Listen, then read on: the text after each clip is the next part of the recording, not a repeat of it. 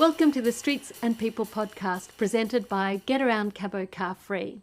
Get Around Cabo Car Free is a volunteer community movement advocating for more transport options for people who can't drive in Caboolture and Morayfield in Queensland. In today's podcast, we'll be covering one of these three broad topics. It might be Road Rules 360, where we discuss Queensland's road rules, the legislation, the design for people walking, biking, in wheelchairs or on a scooter. It might be Not Everyone Drives, where we chat with people whose transport options don't include a car in a car-dependent society. And it might be People and Projects, where our conversations are with people working on a specific aspect of inclusive transportation. Today we're doing one of our People and Projects episodes. I'm here with Pete Finn of Scootmasters. I'm in Gubbi Gubbi country in Caboolture.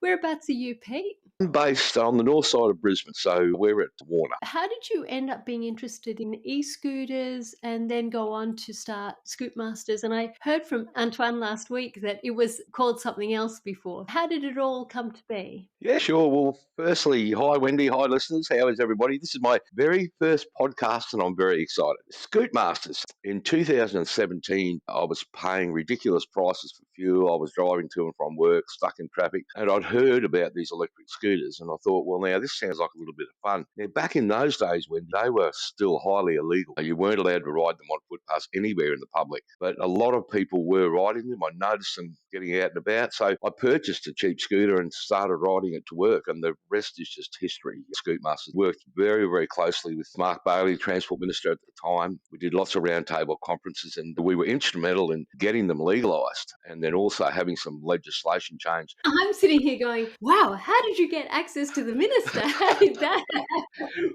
Well, it's a little bit unfortunate because, it took us quite a few years to get Mark Bailey trained. He's always been quite pro-scooters and definitely pro-bicycles. But now we've got Bart Mellish, a brand new Transport Minister, in, and we haven't met with him yet. So hopefully he will follow Mark's lead and keep building the infrastructure that we need. When electric scooters first came out, the Queensland government, which is mainly predominantly who we've dealt with, although we have been instrumental in having some legislation changed in Western Australia, and we're also working on Victoria at the moment. I just started riding this thing to work, and there was a couple of us started getting together and having a ride on weekends and things like that, and we thought, wow, this is so much fun. So we just formed a little Facebook page, and I think it was called Brisbane Electric Scooter Riders or some such thing, and we decided to host a ride and put it up on Facebook one Sunday, and we had 40 people turn up and go riding these scooters, and we were gobsmacked. And I thought, well, hang on, we're onto something here. Let's do it properly. So we changed the name of the group to Scootmasters. We formed a team of admins, and every ride just got bigger and bigger. And we thought, right, well, we need to see if we can arrange some roundtable meetings with government departments to see what we can do about getting the laws relaxed on these things a little bit and getting them legalised. The Queensland government didn't know what to do with electric scooters, Wendy, initially. They knew they were there and they knew they were coming, and they just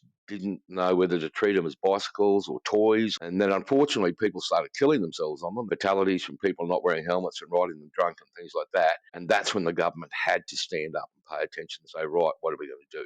There was a few laws implemented. They couldn't be over 250 watt motor. They couldn't be over 1.25 metre in length, and they couldn't be over 25 kilo in weight. Otherwise, they would class them as an unregistered motorcycle. And because you can't register them, they're unregisterable motorcycles. So the fines that started rolling out for people riding them were basically unregistered riding, uninsured, unlicensed, all this sort of thing. We thought, okay, well, we know that this is a problem. So Scootmasters, as a group, we were growing and growing and growing. We've got nearly 5,000 members now. Decided that we would go down the path of educating the public on our rights, and that's what we've been doing. So we're educating the public. We've been working closely with the powers that be. We were instrumental in getting them legalised on footpaths, legalised on the bikeways. We suggested some sensible speed limits, which have now been imposed, so 12 kilometres an hour on footpaths, 25 on the bike paths. We had the 250 watt restriction lifted because that was just ridiculous. 250 watt wouldn't get you up a hill.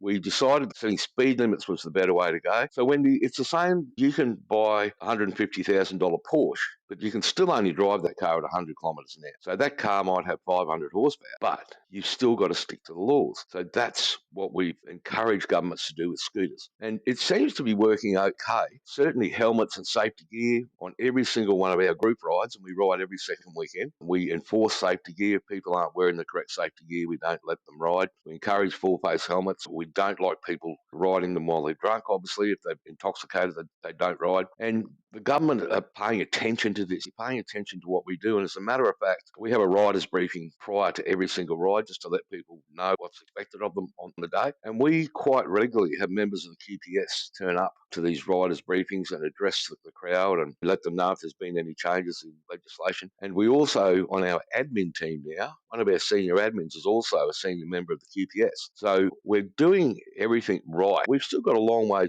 to go, for sure. Unfortunately, the hire scooters are a big issue. People think they're toys. They get on them. They don't wear the helmet. They get on them, step out of the pub, go jump on a hire scooter, and they kill themselves or get run over by a vehicle or something like that. So, and I think you guys up in Caboolture have your fair share of that as well. I think it's really complex. After speaking with Antoine last week, I was looking around and we don't have hire scooters here in Caboolture. I don't think the council have prepared a policy for that, whether that's scooters or hire bicycles. I only see people who are on their own private vehicles. To me, it always looks like young guys being kind of idiots, for lack of a better word. There is something called the third person effect. This is something that Professor Narelle Horwath at CarsQ told me about. She's done some research on this. It's this idea of it's all those other idiots on the road that are causing the problem. Guys who are reckless in their driving, they often say, it's those other idiots on the road who are like this. And I see a lot of guys, no shoes, no helmet, going on something that's going quite quick. It's Caboolture. I don't know whether it's to do with people here in Caboolture. I can't imagine that Caboolture people are particularly different to anywhere else. But there is a problem with people driving really quickly. And I think there is also a problem with legislation being very inconsistent and difficult to understand, that if it's got a centre line, a dashed line in the middle of the road, scooters can't be there, but they can be on, say, a little side street. So around my place, if you're going parallel, you can go along those ones. But the minute you go on the cross street, so to speak, you can't go up there. But I mean, that's just not workable at all. It is those inconsistencies which I don't think help. And I think there is something about young guys not taking responsibility for their own well-being. I'm certainly not saying that's what you guys do, and I'm really appreciative of the fact that you aren't like that. But I wonder, what do you do about guys who are, whether they're on hire scooters or whether they own them, how do you get people to be more mindful of their own personal safety, apart from anything else, and to be less aggressive? Yeah, sure. So obviously it's education. Unfortunately, some people you just can't educate, but it's got to be about education. And I think there needs to be some sort of shock type education campaign, which is quite graphic, showing what happens when your head does hit the bitumen without a helmet on. If you collide with a car on a bicycle or an e-scooter, you are going to come off second best 100% of the time. So I think that there's certainly a television campaign that's of a graphic nature, just showing people what actually happens to their bones and their heads and their skulls. But not only that, the first responders that have to turn up at scenes where people have crashed one of these scooters. And then you've got the whole flow-on effect. Their families, the family of the person that hit them in the car. It's got to be education, education, education. And you are right. Some of these big, powerful scooters now that some of the private guys are riding, they do tend to think that they're invincible. It runs my blood cold every time I see someone tearing down a main road on an e-scooter, sometimes doubling. There's two people on them, no helmets, and they're doing 70, 80 kilometres an hour in the traffic. So, Wendy, I think it's just got to be some sort of education campaign. Certainly trying to register them and have number plates on them and implementing fines and things like that. These are all other options, but they're going to be very, very hard to enforce and implement. This morning, for instance, I was up on King Street's the main street in Caboolture, and it was a side street not far from me. I had the little green man in my favour, and this guy was,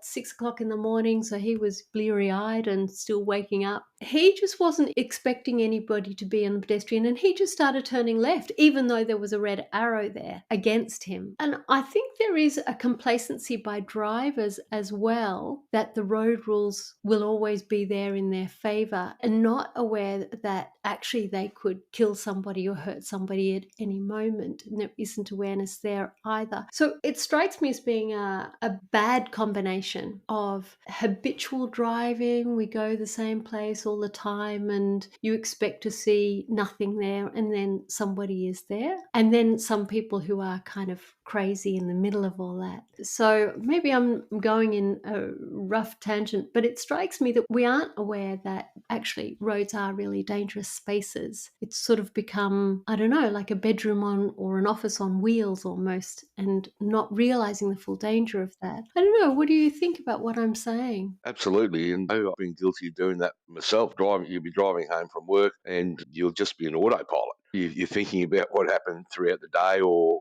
whatever, and then you sort of get to this intersection and think, "Holy moly, I don't remember the last 10 minutes I was driving." We all do it, and then there's the total other side of the coin too. Just with regards to e-scooters, is that we don't believe the footpaths are the place for scooters. You've got scooters that are colliding with pedestrians. The thing about the e-scooters is that they're silent, they're quiet. It's happened to me, and there was a very bad accident earlier on in the year down in Queen Street in Brisbane. An elderly lady stepped out of the hairdressers and wasn't expecting a scooter to be flying up the footpath, and got cleaned up, and she got injured very, very badly. And the scooter rider picked up his scooter and took off.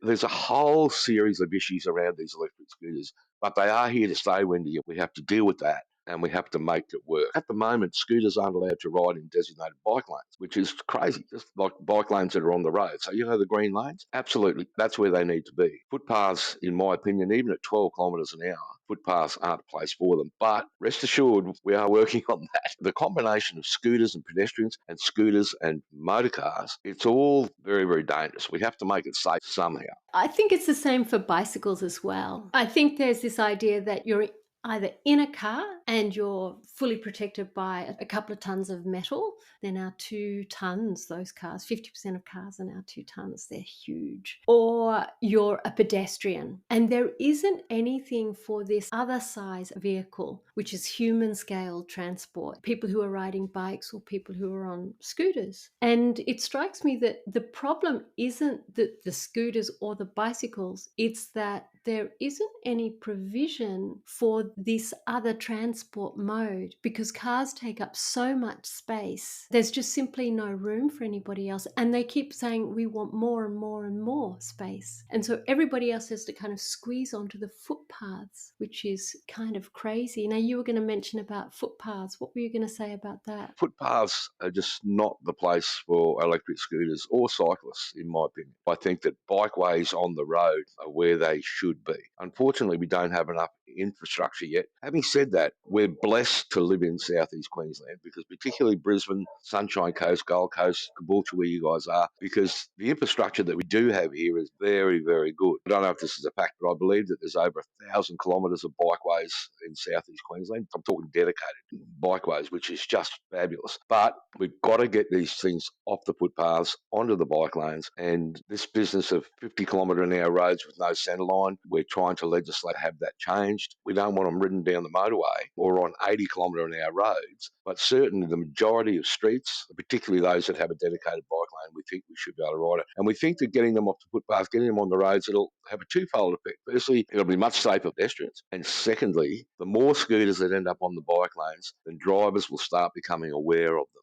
If they're seeing them constantly, they know that they're there. It's like a big Harley roars up behind you. You hear them coming, and you know that they're there, and you've heard them coming 1,000 times. So even though you haven't seen them yet, you know they're there. Well, scooters don't have that luxury. They're quiet. But just by sheer numbers of them on the roads, and let's not forget, the environmental impact. It costs between 4 and 10 cents to charge a scooter overnight, depending on what tariff you're on, and that'll give you a range of 50 or 6 kilometres. Think of all the cars we're taking off the road. The 50-cent transport fares have really helped. I've even noticed now less vehicles on the road in the mornings and the afternoons. But the environmental impact is massive. And I believe that the governments are aware of that. It's just the problem is making this all work. Pedestrians, cyclists, scooter riders, car drivers, all sharing the roads and making it work. How do we do it? I don't know. But we're working on it.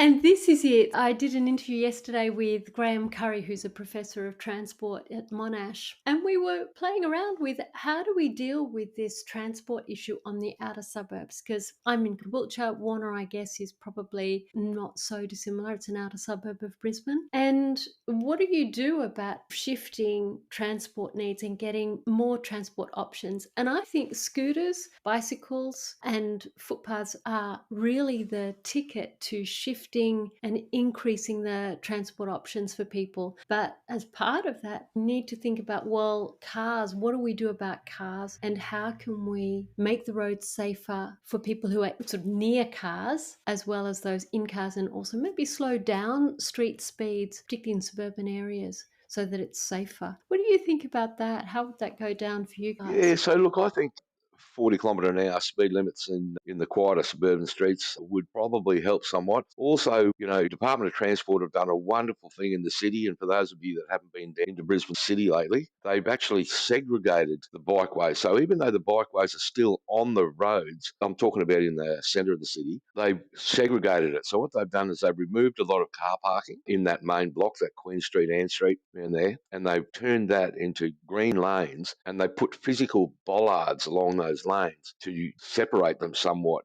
from the cars, and scooters and bikes are allowed on those. Now, that's a great initiative. It's much safer. You would literally have to mount a bollard to run into someone on a bicycle or a scooter. Not saying it couldn't happen, but it'd be quite difficult. So it is all about infrastructure. But unfortunately, when the infrastructure is very expensive, we're basically saying we have to build a whole new series of paths for cyclists and for scooter riders that's separated from cars altogether. That will probably never happen. In an ideal world, that's on our bucket list. Like, that'd be a great goal. But the cost to do that, it's just mind blowing. So I doubt it'll ever happen. We've got to work out plan B. You've just said that Brisbane's just put in bollards because the street infrastructure is all there. It's not that the infrastructure isn't there. The infrastructure is there. It's just the line markings on the street are not in favour. It's not difficult to put in a couple of bollards, and it's very, very cheap, actually. I've seen the research on this. The cheapest thing to do is to actually remove curb parking and just put bollards along there on all those major streets, which you could do. Very, very cheap. And it would displace hardly any cars that would be parked there. They can be parked around the corner. But it is political dynamite because people feel that outside their home is their own personal land, which of course is not correct. I don't agree with you, I guess, that the infrastructure is too expensive. It's all there. It's just the paint markings. It could certainly be investigated on a road by road basis. I guess it's something that could be rolled out gradually. I still think there's a large cost involved with that. But having said that, I do agree with you. It's not anywhere near as expensive as building separate paths. I do believe that in 5 years' time, this will be an entirely different conversation. I think that e-scoots, cyclists, electric bikes, and other road users are all going to be operating in harmony. At least that's what we're hoping. So in 5 years' time, you see it'll be different. That's the goal. How can we be part of that change? How do we get that to happen? Because I too want that. The most direct way is letters, emails to local council members. We're still in a situation at the moment, even though there's a lot of e-scooters out there now, we're still in a situation where a lot of people don't like them, particularly people that are dead set. They just want to drive their cars to work every day. They want to have the air conditioning going. They want to have the radio going. They don't mind sitting in the traffic. Car drivers and e-scooter riders, there's always going to be a little bit of mental conflict going on there. But realistically, if more people were to approach their local councils, and local councils where to start with this, just say, hey, look, we really like riding our e-scooters. It saves us a lot of money and gets our car off the road, but we need some more infrastructure. Can we get this organised? Well, that's certainly where we started, writing to local members, and still do from time to time. We're lucky now that we do have access to some higher-ups with regards to transport and QPS now. But back in the early days, we'd just write to local members. I think that's something that anyone that's keen to see this happen, that's a great place to start. Unfortunately, there's a lot of people that aren't keen to see it happen. So, Wendy, when we first started riding e-scooters and we started increasing in numbers, we had huge conflicts with cyclists. It was always the cyclists and the e-scooter riders on the paths. One person didn't want to give way to the other, and the cyclist thought, you shouldn't be here, and we've got a pedal and you haven't, and these are our paths. We've worked with cyclists, particularly the last 3 years, and now now, when we're on our group rides, you very, very rarely we ever have a conflict with a cyclist. As a matter of fact, hey, how you going? It's like that now. If we can achieve the same result with motor vehicle drivers on the road, once again, I don't know how to do that, but that's what we need to do. It's a long road and a lot of work in front of us, but the Scootmasters group is passionate about making that work. We're lucky now that we do have a voice because we've got the numbers, and when we set our mind to doing something, it generally happens within a reasonable amount of time. So we'll just keep pushing on. What do you do if your councillor is actually not amenable, is not interested? They got voted in last time at the last election because there was basically no competition, or it wasn't very good quality competition, so there was no real threat to them. What do you do when your councillor is actually not particularly engaged in the issue and they're actually pro-car? Like with those councillors in particular, and they are about, let me tell you, they're probably the ones that you want to work the hardest on. It's a sheer numbers game, Wendy. If they receive enough emails, paper letters, whatever, on this type of subject, all of a sudden they'll stop and go, well, hey, hang on, these are all voters, these people. Maybe I should look into this, or maybe there's something there that I need to investigate. And you don't just have to write to one council. Emails these days, it's just so easy. They're all approachable. Most of them have even got Facebook pages. You can send a message. One of the things that I find hard with Get Around is there is an idea that people want it to change, but they themselves don't see it themselves as being agents of that change, of wanting to participate, to step into that space. I can say, write to your local councillor, and I do say that to people, and I've even got it on my website now. That's actually the most effective way of doing it. But I find that people are either too busy or they don't have good writing skills. As you say, the Facebook page is a good way. Maybe they feel like, oh, they're not going to be interested, or I'm just one voice. How do you get people to actually engage with stepping into the space of change, of being participants in this? So the answer to that question is that you probably can't. But as long as we remain visual, as long as we remain out there, as long as we remain in the press, hopefully for good reasons, then it may sink in eventually. I know what you're saying. Some people are very comfortable in their lives. They're in a bit of a cocoon and they don't really want to do anything. They think it's going to rock the boat or whatever, and it's not. It's not like it used to be where you had to go and get a pad, get an envelope, get a stamp, and sit there for half an hour and write out a letter and hope you don't make any spelling mistakes. It's just so easy nowadays to contact. There's really no excuse. As I said, Wendy, there's a lot of people that just aren't interested in this particular subject. And there's a lot of people that are very, very anti-scooters now, particularly the people that live in apartments in Brisbane City. So there's quite a few of them that like the hire scooters. They can get out of their apartment in the morning, jump on a scooter and ride it to work. But there's also a lot of people that just absolutely hate them. And I know hate's a hard word, but because they've been nearly knocked over by them in the city so many times, it's always going to be an uphill battle for us, but I think that we will get there. This business, as I mentioned earlier, educating the public on how to ride them, do the right thing on them. We don't want to see them on the news every second night. All that's got to stop. That's all part of this entire process. There's a lot of bad press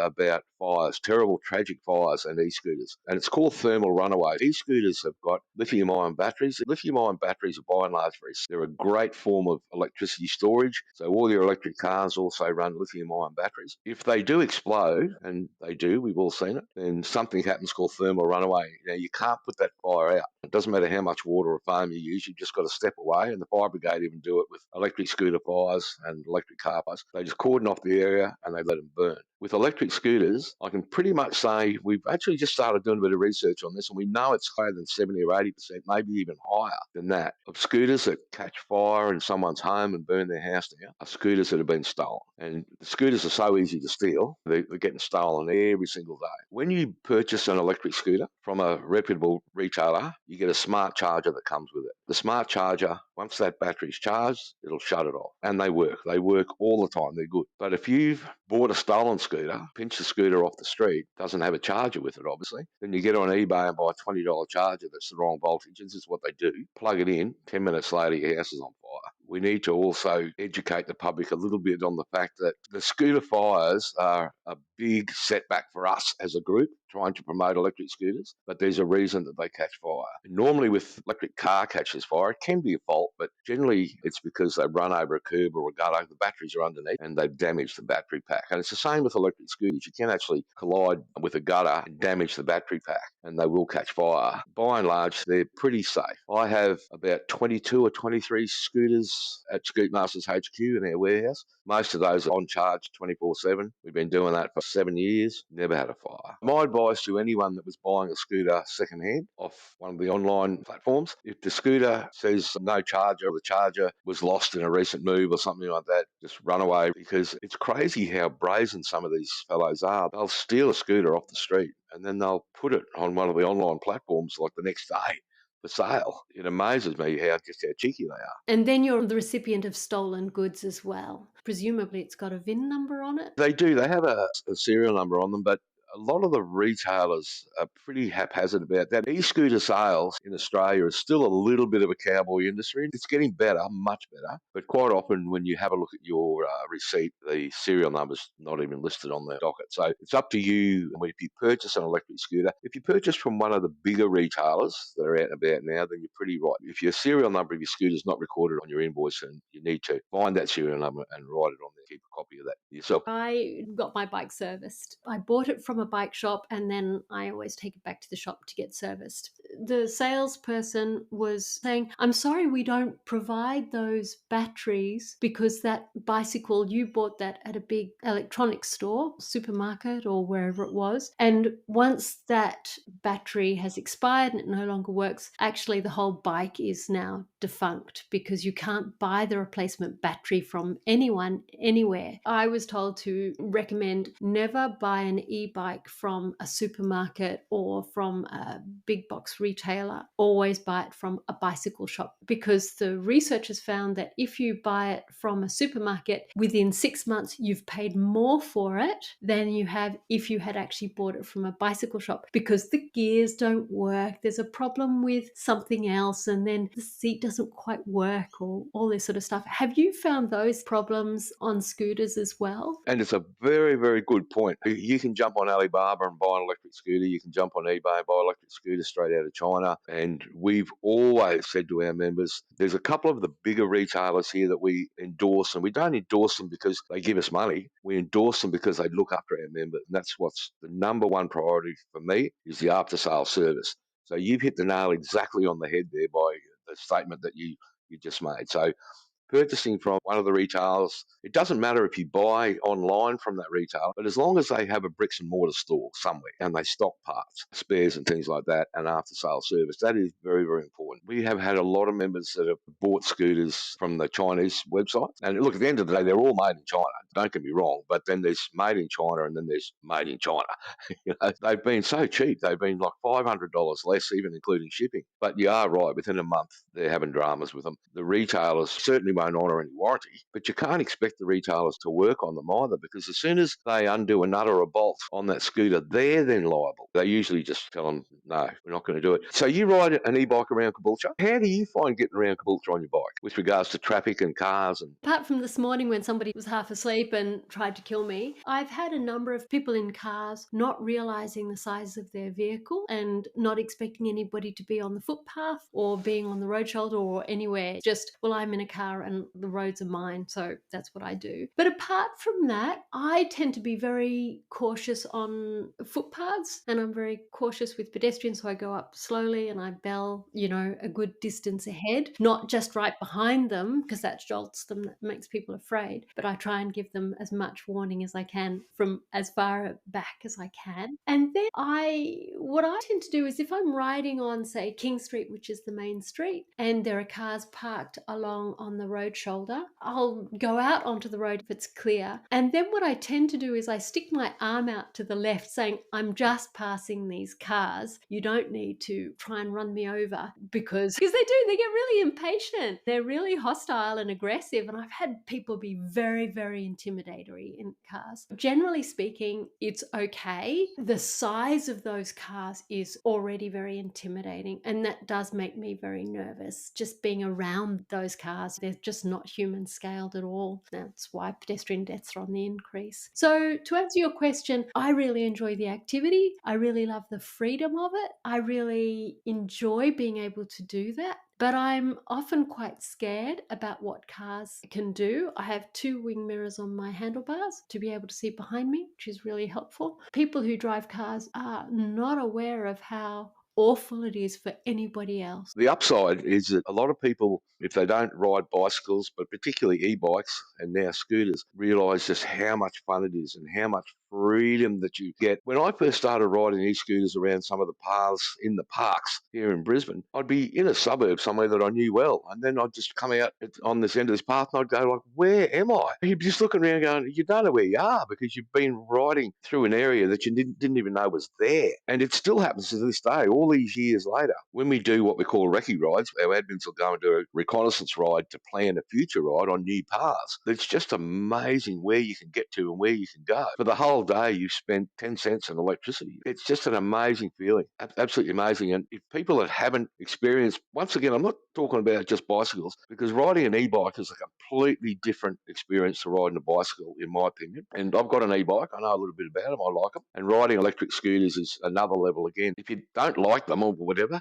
never go on one. You'll love it. I'm telling you, you'll love it. Make sure you wear your safety gear. Definitely wear high vis, wear your safety gear. What I would say on top of that is that, well, being in cars now is completely terrifying because people are tailgating. They're looking to the left and the right. They're checking their phone to see where the direction is. I would say you live in a completely different place when you walk and ride your bike everywhere. If all you see is a grey road because you're going along there at 60 kilometres an hour, you're not seeing where you live. That's what I would say. Totally disconnected from the environment. Yeah, and the fact that particularly when you're riding one of our magnificent bike paths that we have in southeast Queensland, but just the fact that you can just pull over and stop whenever you want and just have a look around. When we're group riding, we do that a lot. We'll see something like amazing and we'll just stop. We'll see some kangaroos or we'll see some koalas, or we'll be riding along the Sandgate foreshore and it'll just be, the ocean's just beautiful, and we'll stop. We ride over that Tedsmount Ridge to Redcliffe. We do that a lot as a group, and we stop in the middle and just admire the beautiful view, admire the scenery, and just take it in. You can't do that when you're driving a car. No, you can't. You can't do any what they call trip chaining. It's really hard, where you go from one place and you just nip in and get this and then do that. You're not really aware of where you are, and then it's just hard. You've got to park the car and move. Whereas I can always park right outside. That's what I love. Unfortunately, we live in a society where things get pinched all the time, so you've got to chain your bike up. Totally. I've got a $200 D-lock for my bike, and I have insurance as well. So I presume you have e-scooter insurance. Yeah, so Bicycle Queensland, who we go to, they're the only people that are really offer us any type of protection, including public liability, which is pretty cool. If I'm going to the supermarket on my scooter, and I do that a lot, I won't ride a really big obnoxious scooter. I'll ride more like a commute style scooter, a smaller scooter. And then when I get into the shopping centre, I'll actually wheel my scooter in. I'll get a basket, one of the plastic baskets. I put it on the deck of my scooter and then I walk around with that.